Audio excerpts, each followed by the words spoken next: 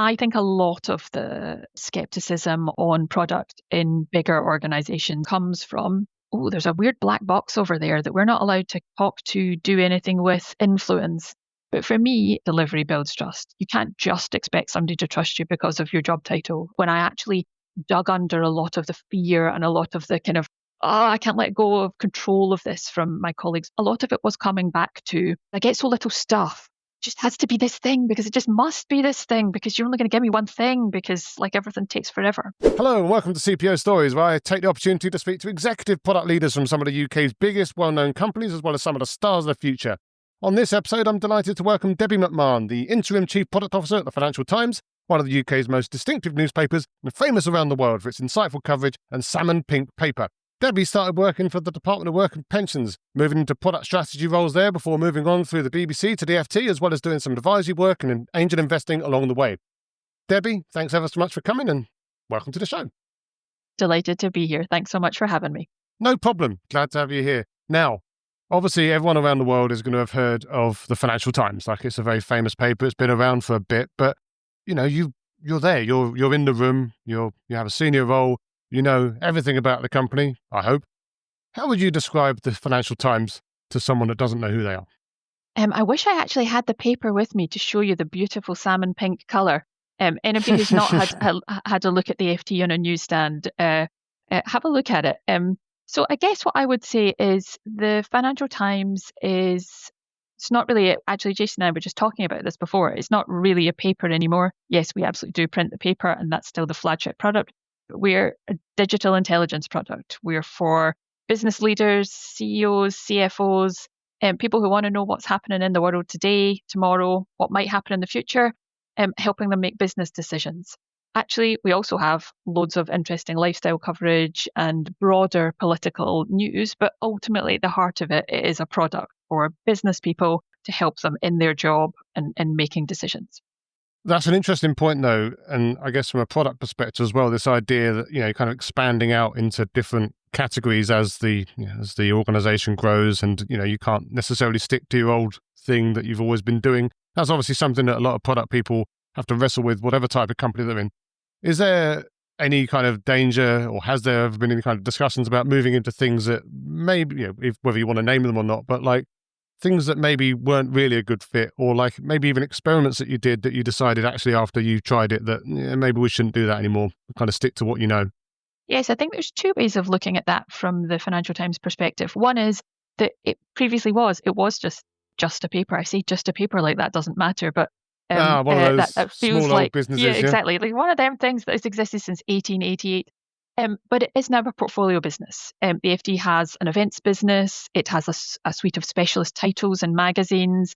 It has like a sort of separate B2B business, as well as the sort of the thing I guess people would recognize more, which is like an individual consumer business.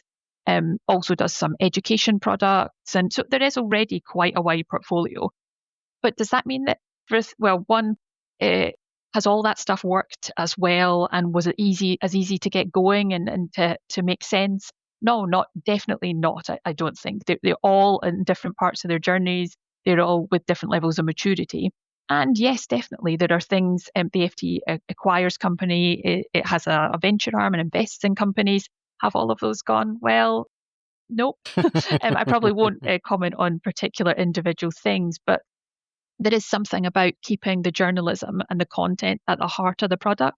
That ultimately is what the FT is selling. I say to people when they join the FT in product or product and tech roles and kind of go, you know, you sort of have to accept that unless we make it impossible to access the journalism, like if we make it worse than it is now, people are still going to come to the FT anyway, sort of regardless of what we do in the product. Now, will they pay as much money? Will they stay as long? Will they be as happy? Which then have all consequences on our revenue and just user satisfaction, etc. No, but ultimately, if people really want to read something or really feel they need it for their job, they will jump through a lot of hoops, a lot more hoops than people would say if something is effectively more optional, or there's a more obvious place you could go to get it instead.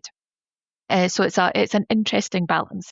And it's always a balance when we start to look at in both the B2B and B2C parts of the business. And we you sort of expand and look at and experiment with slightly different things, how do you make sure that you don't ultimately alienate your existing audience? They are there. They've been loyal to us, many of them for many, many, many years. Actually, we just did one of our data team had just did a whole sort of set of analysis and research into advocacy.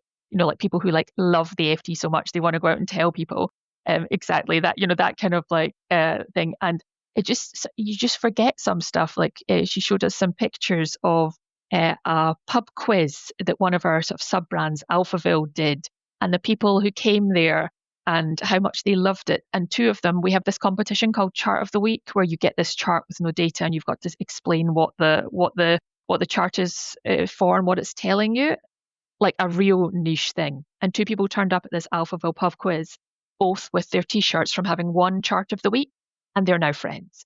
Like, wow, where do you get that?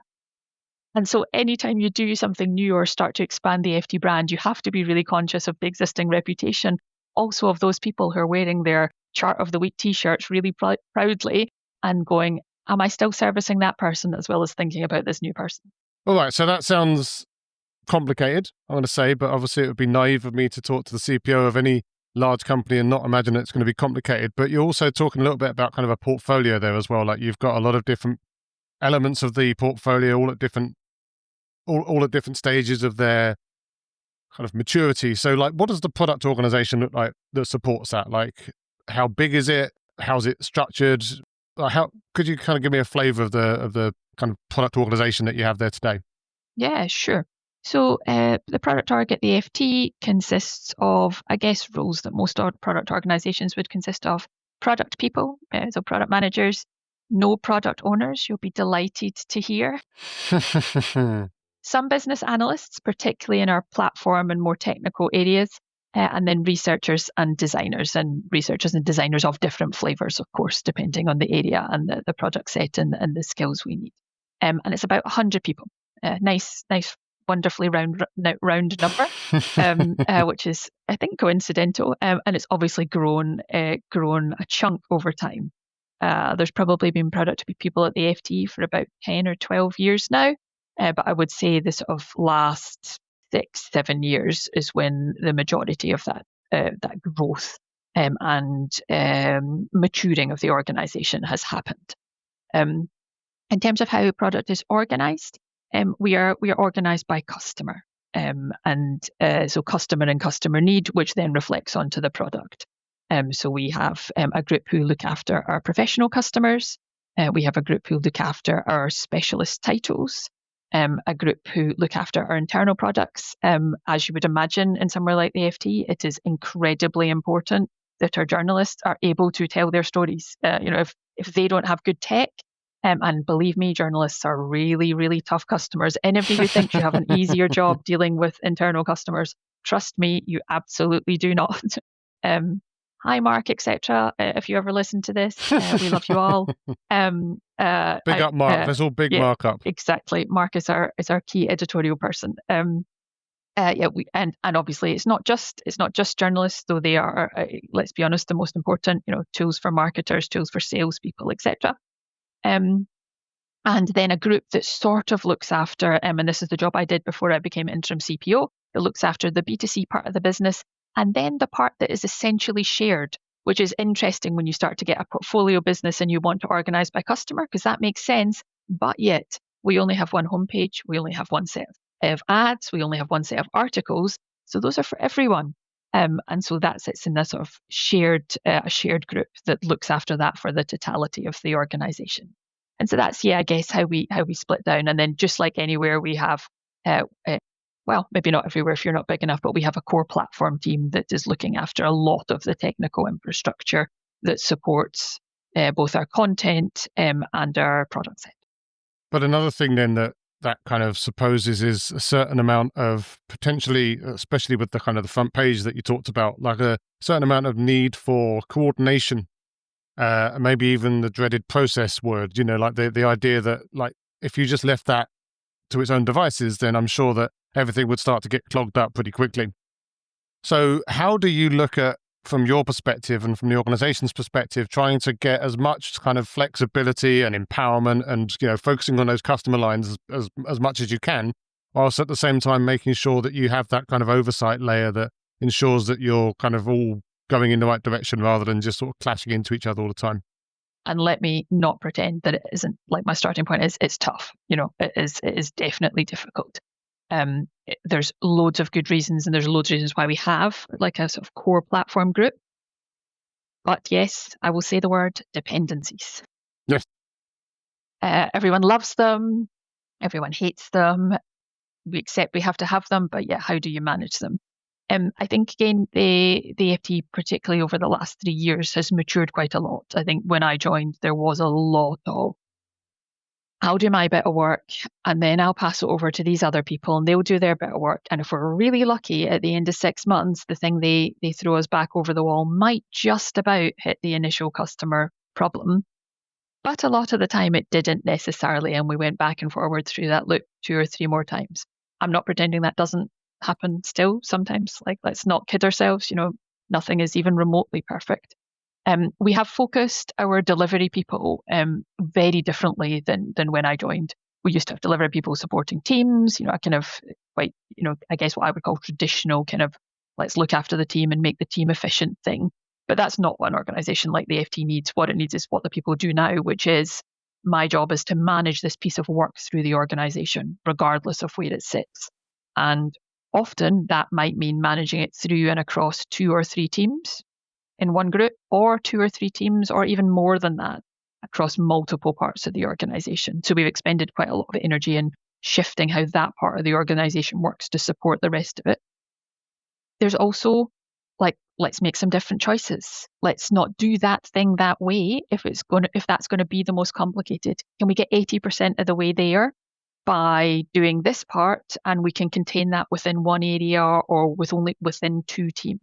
And while some people would like go in horror at that and think, yeah, but you're not meeting the totality of the customer need, or you're not doing the full thing. I'm going, yeah, but if that 20% is going to take 80% of the time, a lot of the time, bearing in mind we are very rarely doing things in 2 weeks anyway, that is often just not worth it. Or at least not worth it till you've done the first bit and really truly seen the impact. And then there is just a lot of, right, let's try and make our OKRs better, and the next year better, and the next year better. This year we've gotten to three across the whole organization, three OKRs, which when I joined in November of 2021, and I was shown the OKRs for 2021. And honestly, it took about 7 minutes for the spreadsheet to load that they were stored in. There were so many. And that was an attempt to try and manage, well, if you put everything down, then people will know. And it's like, no, that was never going to work. And I think every year we have gotten better at using those to genuinely drive choices in the organization. And I feel like that's what I spend a lot of my time is going, sure, we could do that. Of course we could. The answer is almost never no, because like it's not possible. It's, that really what you want? Do you really want a team or 7 teams, is what I'm telling you, spending a year doing that particular thing? Or do you really want to tell people that right this minute, the acquisition and retention as a total bucket are as important as each other?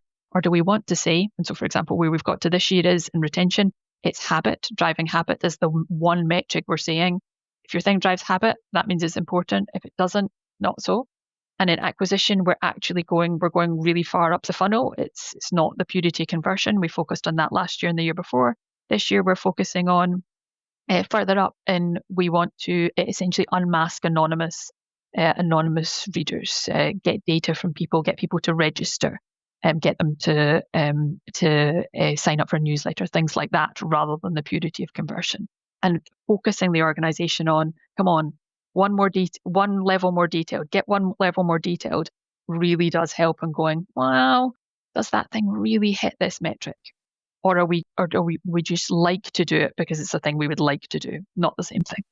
There's got to be a reason, but it does sound then, based on what you've described, and again, I know that you've been there, as you say, for a few years now, took the CPO job last year, I think, was when you took that on from being a director before that, but like you've been working to, let's say, implement change, sounds like at least, you've kind of been changing how things work Also feels like, with the best will in the world, with no shade on anyone, that the Financial Times is, like you say, it was founded in 1888, like it's been around a while. It has indeed. May well be some different opinions about product management, or what product management's role should be, and like what a product even is, and some different ideas about how things should be planned and how teams should be organized, and all of the things that happen in any big company. Now, as you are the person in the hot seat, what approaches have you found work with non-product kind of executive peers or other leaders within the organization to try and sell the benefits of, good product management, if we could put that in air quotes, and maybe sort of seeing through some of those changes? Have there been any things that you've managed to do to try to sell that story to people that maybe don't intrinsically get it? Yeah, definitely. I feel relatively lucky in the FT that the sort of basis and need for a good, strong product culture and a good, strong product set has been known for quite a long time. There's a difference between sort of believing the macro and then day to day this choice versus that choice, or why this versus that. One of the things I bang on about to my team is that delivery builds trust. It's ultimately true, and I think a lot of will I use the word skepticism or lack of clarity or whatever phrase you want to use on product in bigger organizations, and particularly organizations where the product is not the product, if that makes sense. I was saying the FT is, the content is the product. People are coming to us regardless, as I've already whittled on about. I think a lot of that skepticism comes from, there's a weird black box over there that we're not allowed to kind of talk to, do anything with, influence. And then suddenly they popped out and like they said, here's a new thing. And we don't really want that new thing. That wasn't. I remember interviewing somebody who was from another publication. I will not mention which one, about 18 months ago for a role at the FT. And part of the reason they wanted to leave where they were is because they'd spent 6 months working on a new story format. And when they produced the new story format, the newsroom went, we're never going to write stories like that. Because literally they weren't talking to each other. And that's really extreme. And I would hope that most organizations are not like that. But for me, it is going back to that delivery builds trust. You can't just expect somebody to trust you because of your job title. That's just never going to work. Sometimes that does mean doing some stuff that actually you don't necessarily agree with in order to go, but look, I can do things. I can get stuff done. I can get stuff moving. I can make more happen. And it's definitely true that when I actually dug under a lot of the fear and a lot of the kind of, I can't let go of control of this from my colleagues around the business, a lot of it was coming back to, because I get so little stuff that just has to be this thing, because it just must be this thing, because you're only going to give me one thing, because everything takes forever. And then I go, okay, well, my job is to grease the wheels, but not just grease them, supercharge them.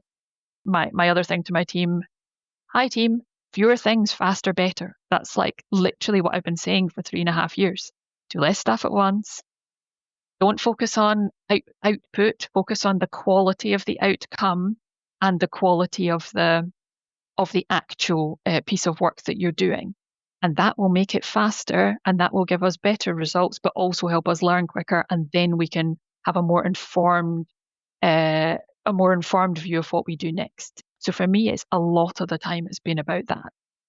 And also the other thing I guess I would say is transparency. Lindsay, the previous CPO, was really good at this. Comms is not my strong point. So she has set up a lot of stuff that I can just follow. It's look, here are the things that we are working on. Here are the things we've done. It does amaze me when I did my first CPO quarterly update to the business, and somebody on the board came back and went, oh wow, I didn't know we were doing this AI summaries thing. And I'm like, how could you not know? Because I feel like we've talked about it in 1,000 forums 1,000 times, but you can never underestimate.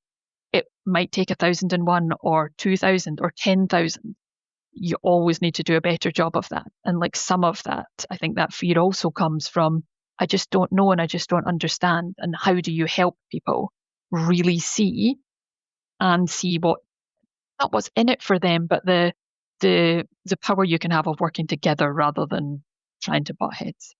But one of the things that often comes up when you speak to people, ICs and maybe sort of mid-level product leaders within larger organizations, and we kind of touched on it a little bit already, there's this idea of like the kind of the mythical world of quote unquote good product management, the things that get written about in the books and the things that don't seem to necessarily kind of survive contact with the real world, especially in big complicated organizations.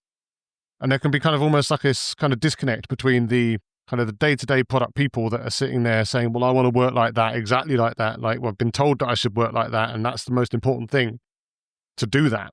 And then obviously you've got yourself at the sort of top table having these discussions and trying to show the benefits of you and of the role and of the organization to the company. But maybe sometimes having to go back to those people and say, well, actually, yeah, we can't quite do it like this yet because, some other reason that's perfectly valid within your context. So how do you kind of manage to ride that line between, not disappointing your senior stakeholders and your colleagues and partners, but also not disappointing your team that maybe want to go a bit further than maybe they can within an organization of your size?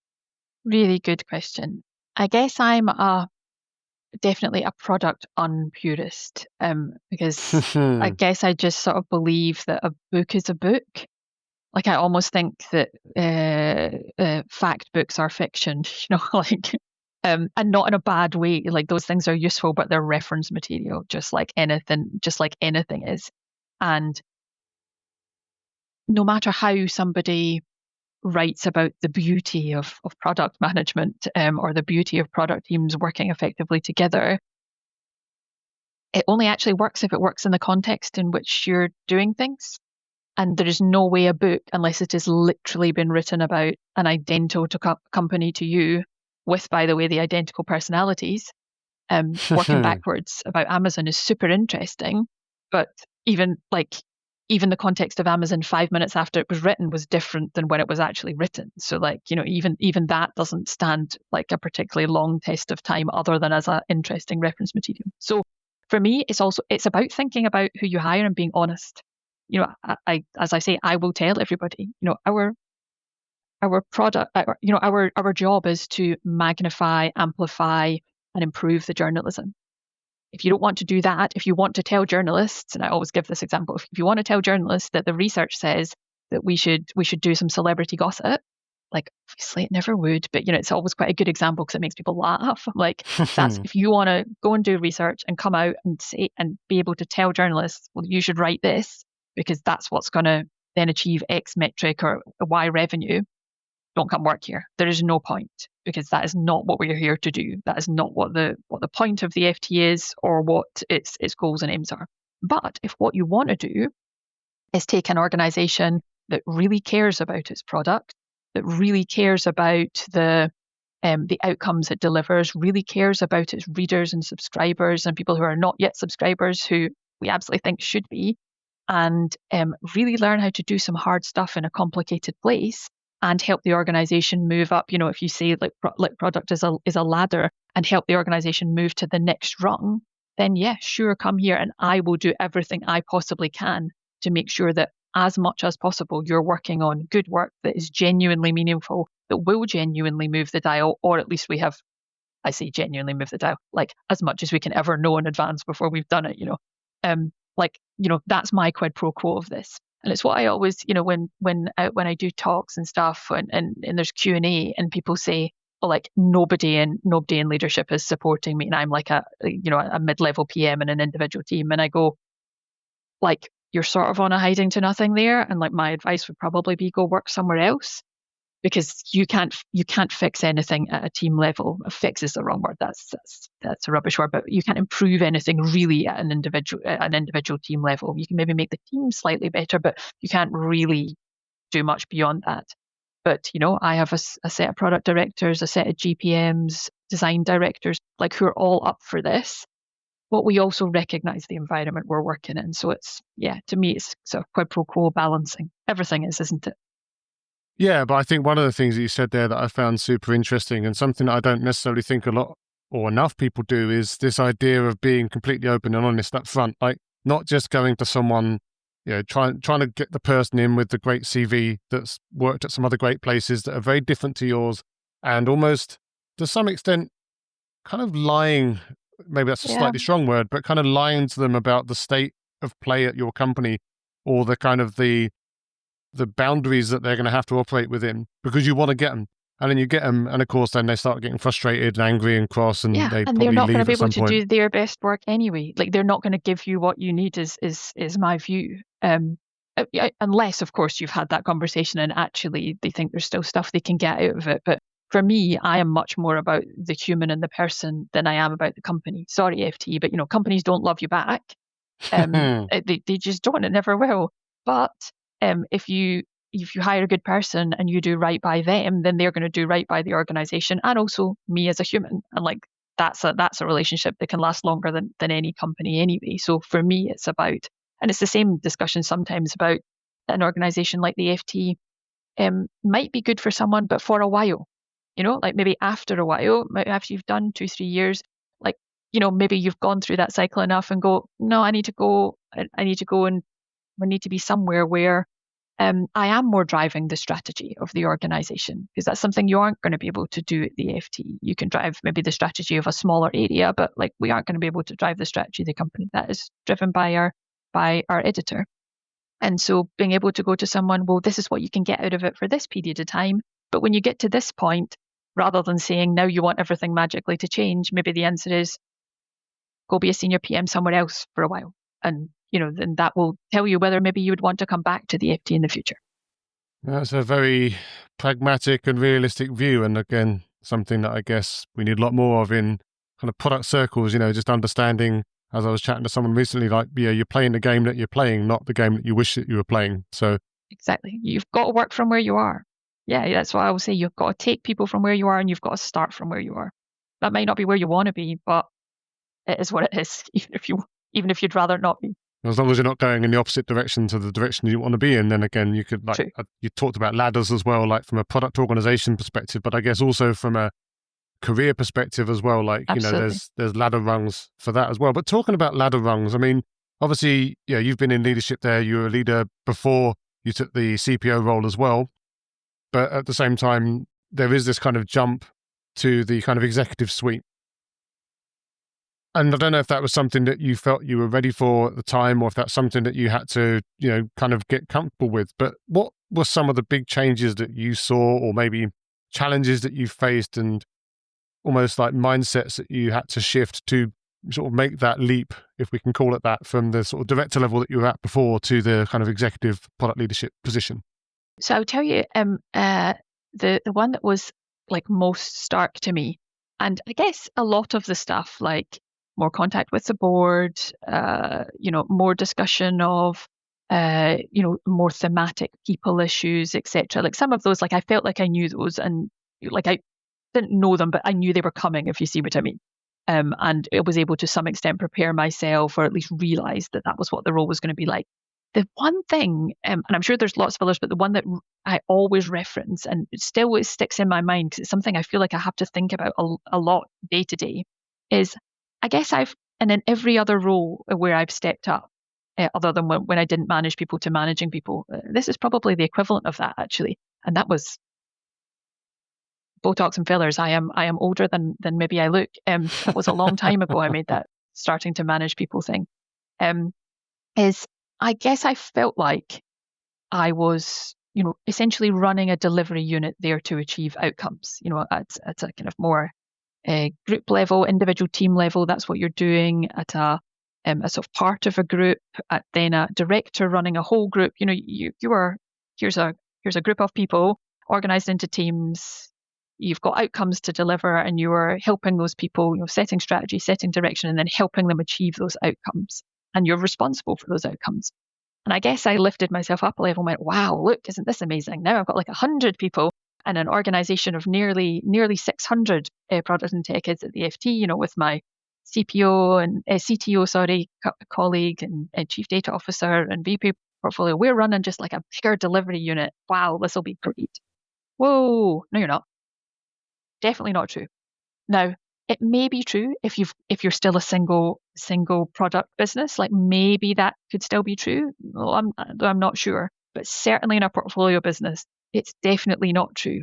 Like all the conversations I used to have, I sort of had in my head would be having about like, oh, how is this thing going, and how's that thing going, and do we need to consider moving people, and um, oh, we're a bit underpowered here, and this stakeholder conversation has been very complex here, and have we really like those kind of conversations, they just don't macro up.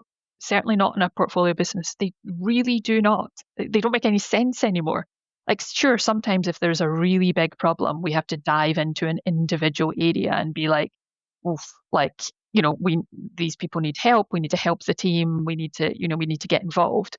But that is very different from what is effectively a running of a department, where it is much more about what's happening out here in the external environment. And that could be the external environment to product and technology, or the external environment to the company.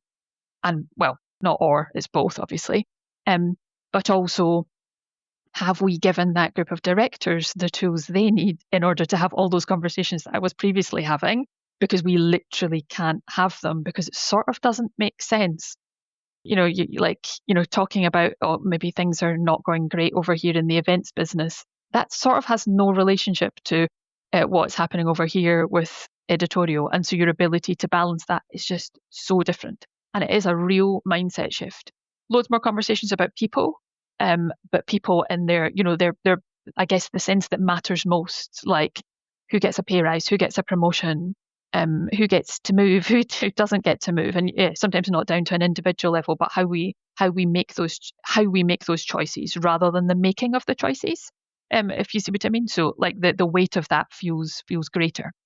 But what is also interesting I found is, and I've talked about this a little bit before, is as a product person, certainly you do still need to somehow have your ability to show yourself in the product.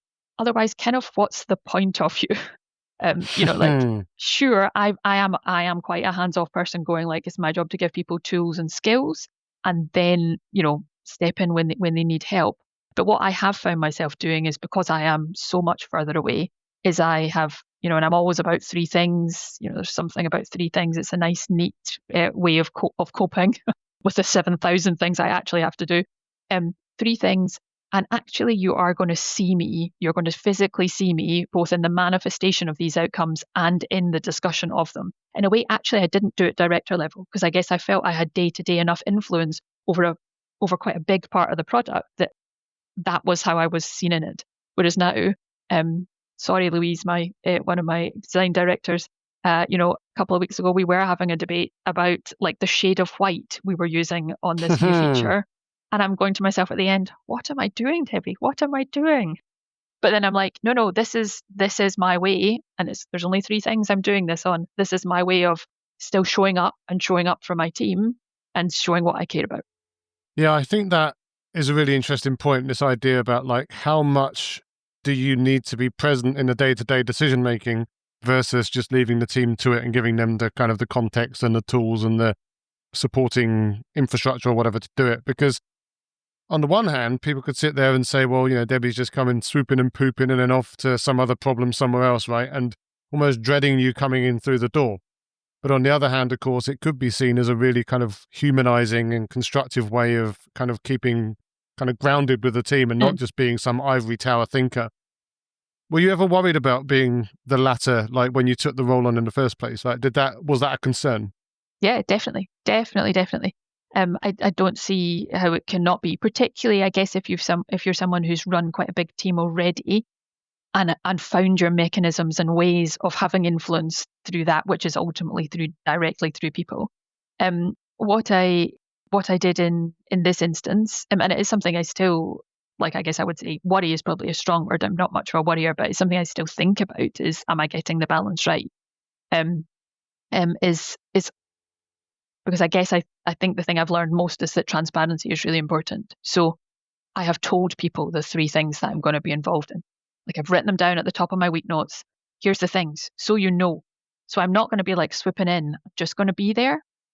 But like, if it's not one of these three things, then feel free to tell me to get out, because like I should be doing what I preach. And then sure, if there's an emergency, we all know lightning strikes, we have to do stuff. Like I do remember towards the end of last year, it wasn't even the end of last year. Gosh, time does go by so quickly. It must have been about this time last year. And unexpectedly, on a very rainy Tuesday or whatever it was, an election was called. And I'm like, whoa, okay. We were not prepared for a UK general election to be in 6 weeks. Thankfully, we actually were quite prepared because we put loads of energy into the election. But was I acting differently in those 6 weeks? Sure, I was, because this was not what we had anticipated. And did I have less time off and etc. and go to more meetings about the individual bits of work? Sure, I did. But most of the time, it is thankfully not like that, particularly in a big company where we're not rushing for a launch date or we're not running out of runway. So most of the time it is legitimate. I tell my folk, here's my things. I will be there. You can't cut me out. I have access to enough Slack channels. So I will see. And so I show up consistently. I really don't do the let me just appear and then disappear unless it is a true emergency. And if I am interfering, you can tell me to go away. And it's the other thing is being honest about who you are as a person. Like I tell all my folk, if you tell me about something, you're going to get my opinion. So just tell me what you've done after the fact or ask for clarification. Like if you don't want my opinion, just say, I'm going to tell you this thing and I don't want to hear. And the more honest you can be about yourself, I think the more you can help your folk do their best work in those spaces. No, absolutely. I think there's an interesting point there though as well, and not one necessarily to linger on, but it's something that I see with founders and CEOs as well as other members of the executive suite as well. This idea that as soon as a leader says something in a meeting, that the team then just immediately think that that's now the official policy or something that they now have to go and do or work on, versus actually that was just an idea that they expressed in a meeting and actually they could still go and do the other things that they've already got evidence for and they've already kind of planned and all that stuff. So do you feel that you've managed to, you said that you get involved a lot and people know that they're going to get your opinion, but do you feel that there have ever been any points where you've kind of been pontificating and that somehow accidentally become a priority of some sort when it really shouldn't have done? To be fair, I think I am pretty good at keeping myself on the right side of the line there, because I guess my questions are usually like, what data, what evidence, why, but why not this? I'm usually asking those kind of questions. And then it's like, well, if you're going to show me a design, sure, I'm going to give you my opinion on it. But that's usually further down the line. And I think there is something about keeping yourself honest on what you know versus what you don't know. An old boss of mine, who's called JP, I used to say to me, he was really bad for this. He was an ideas person. And what I used to say to people was, they'd be like, JP said, and I'd be like, what you have to remember is JP only has bad ideas. And they look at me and I'm like, of course he doesn't only have bad ideas, but if you just think about every idea JP has as a bad idea rather than an instruction, what would you then do with this bit of information? And most of the time people still were too frightened of the hierarchy. But I guess I feel like I'm the kind of person who hates people crowding my space. I'm like, no, get away, let me do my thing. No matter what level I've been at, I've always been like that. So I am really conscious to try and do the same for my people. And by the way, that debate that we had about the shade of white, I didn't quite get what I wanted. Oh, you didn't win. You didn't win. And that's, I think, the power of this. I'd given my view of, I think there needs to be more differentiation. It had been listened to, but not quite as far as I would have gone. And and that's the give and take, isn't it? Of me going, I had quite a strong view here. I did impart it, and there's reasons for that strong view, which were actually beyond the purity of the product. They're about how we consider AI and how we differentiate AI features in our, to our readers, and that's a bigger point than any one individual feature. So it was important for me to explain that context. But then going, yeah, I would have gone towards grey, and you've gone towards a slightly more creamy white. Am I really going to die in a hill over this? No, I don't think I am. Probably for the best. Right, I want to finish up with some lightning questions, so keep your answers as short as you can. But some of these questions have actually been submitted by members of your own team. Oh dear! So I'm going to keep these anonymous, and feel free to plead the fifth if you have to. But I thought it'd be an interesting way to answer some of the questions that your team are frightened to ask you themselves. So the first question Don't from be your team. frightened. The first question from your team. Be honest, have you ever pretended to understand a technical explanation in a meeting? All the time. I'm really good at Googling fast. Yeah, you can just use LLMs these days as well, right? Exactly. All right, next easy one then. Which team or area under you do you think is the underdog or doesn't get the press that it deserves? Oh, that absolutely has to be our internal products colleagues who work on all our marketing, CRM, Salesforce, all that stuff. Like everybody who does that in an organization, I feel you. It's like kind of thankless, but like also so important. And who loves talking to those companies? It's not exactly fun either, is it?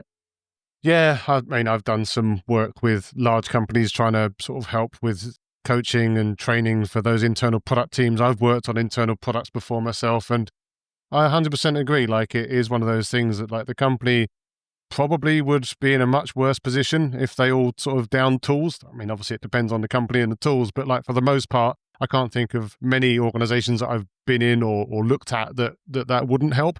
So, Huh. yeah, I guess we should just all big up our internal tool, our internal product colleagues, because, you keep the lights on and we couldn't be doing half the stuff that we do without you. So, all power to them.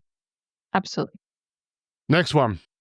What's the most diplomatic way to say this idea is terrible in an exec meeting? Oh dear. I guess people who know me will know that usually I probably will just say that the idea is terrible. Um, Diplomacy is not necessarily my strong suit, but what I guess I have found is sort of turning the point round into, oh, that's super interesting. I would never have thought of that. Where did that idea come from? Like people say, oh, ask for the underlying problem statement or ask for the evidence. Like nobody's going to go and ask the board member for what bit of data did you use to establish that? Like just if you do, good luck. But the thing I do think is interesting is trying to find what prompted somebody to ask about it and to think that this was a good idea. And I remember this wasn't actually at the FT, but somebody, an exec in the BBC where I worked, was really desperate to get was to do more with email. And I'd asked the question of like, so what is it you think is bad about how we do this?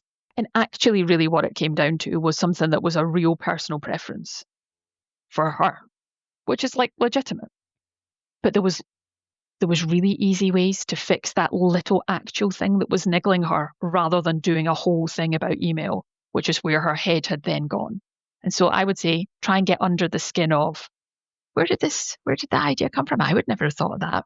And particularly if you tell somebody that you'd never have thought of it in a nice way and not a sarcastic or passive aggressive way, by the way, just to be clear. Yeah.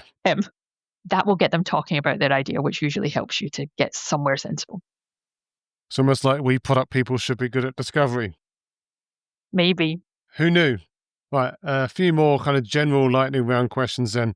Best piece of career advice you've ever received? Don't repeat your years. A really smart woman told me this. There is nothing wrong with staying somewhere and somewhere for a long time. There's nothing wrong with moving on quickly.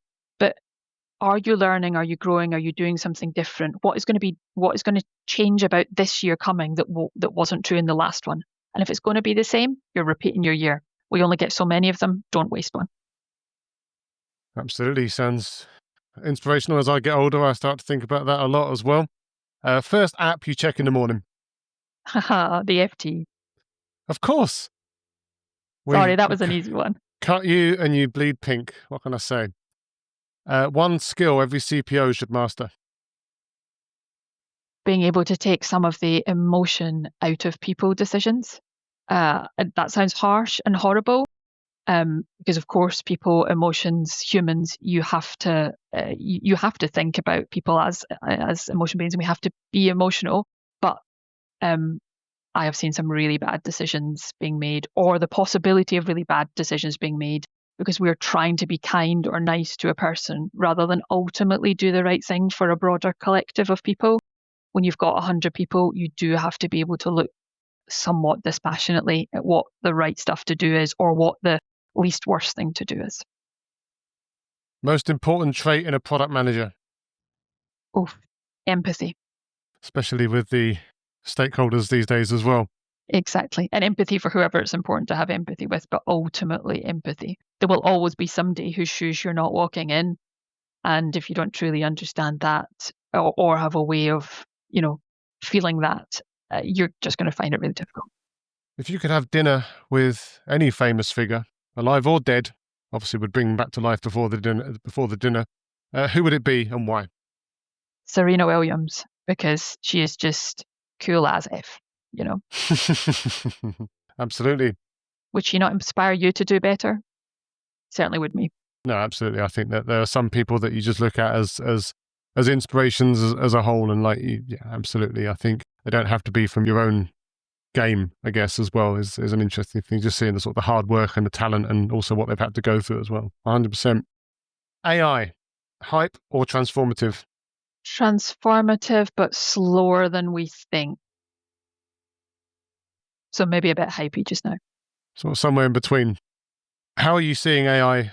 I guess this is sort of an addendum to that point, but how are you seeing AI adoption at the FT? You talked a little bit about AI summaries and stuff like that. Is it transforming how you build products, or is it just something that you put into the products to help sort of transform the customer experience? So I think we are not there yet on transforming how we build products. We have actually started to think much more about that over the last 2 or 3 months. We are more on the journey of let's put it into both our internal tools, helping our journalists, our salespeople, our customer care agents do their jobs better and have less pain in some of their roles. Like having AI produce alt text for an image for you is just amazing for a journalist. How can that ever be a bad thing? And also then transforming bits of our customer experience. And those are more experiments at the moment. Some stuff that we've done as sort of permanent features, but some more experiments. I think the thing on workflow is really important. It's interesting. I asked a question at an event we were both at last week, and it's one of the things I still think is tough. We are trying to use AI more in how we build things and also in the true workflow of the people who work at the FT. But the workflow ain't great yet. When you're uploading, copying, pasting, people get fed up really quickly. And I think we need to do more work there in thinking about how do you actually make it more natural to how people would go about their business. No, 100%. Hopefully that will be something that gets solved by some vibe coding startup founder at some point, and we can all, kick back and start to enjoy ourselves. All right, last question. Why should product people come and work for the FT? Product people should come and work for the FT because telling the truth and having an objective view of what is happening in the world is becoming increasingly rare, complicated to achieve, and important. That sounds like such a twee answer, but it's genuinely what I believe. And there are only so many places that you can do that. Even newspapers that have existed for many years now are increasingly becoming owned by people who have particular viewpoints and want them to behave in particular ways. And so if you care about that stuff and want to try and help our journalists tell better stories in more interesting ways and keep that truth telling going, why wouldn't you want to? 100%. It's a good answer. And I definitely agree that the media ecosystem in general is definitely kind of fragmenting in lots of different and interesting and not always pleasant ways. So go and work for the FT. I'm sure you get a pink salmon t-shirt as part of your onboarding pack as well. That's the most important thing. Absolutely. And a free subscription. And if you don't have a subscription, subscribe. There you go. One last little bit of sales in at the end as well. Well, Absolutely. Obviously I'll link to the FT's site off the back of this. Is there anywhere that people come and find you after this if they want to kind of connect up, if they want to hear more stories from you? Yeah, you will find me on LinkedIn, sporadically posting. But yeah, feel free to connect. I'm not amazing at replying to messages, but if you've got a specific question or something I can help with, do feel free to ping me. All right. Well, Debbie, it's been an absolute pleasure to kind of dig into some of the stuff that you're working on. Obviously, wish you all the best for the rest of the day and for the future. And obviously, we'll keep in touch. But as for now, thanks for taking the time. Thank you so much. I really enjoyed it.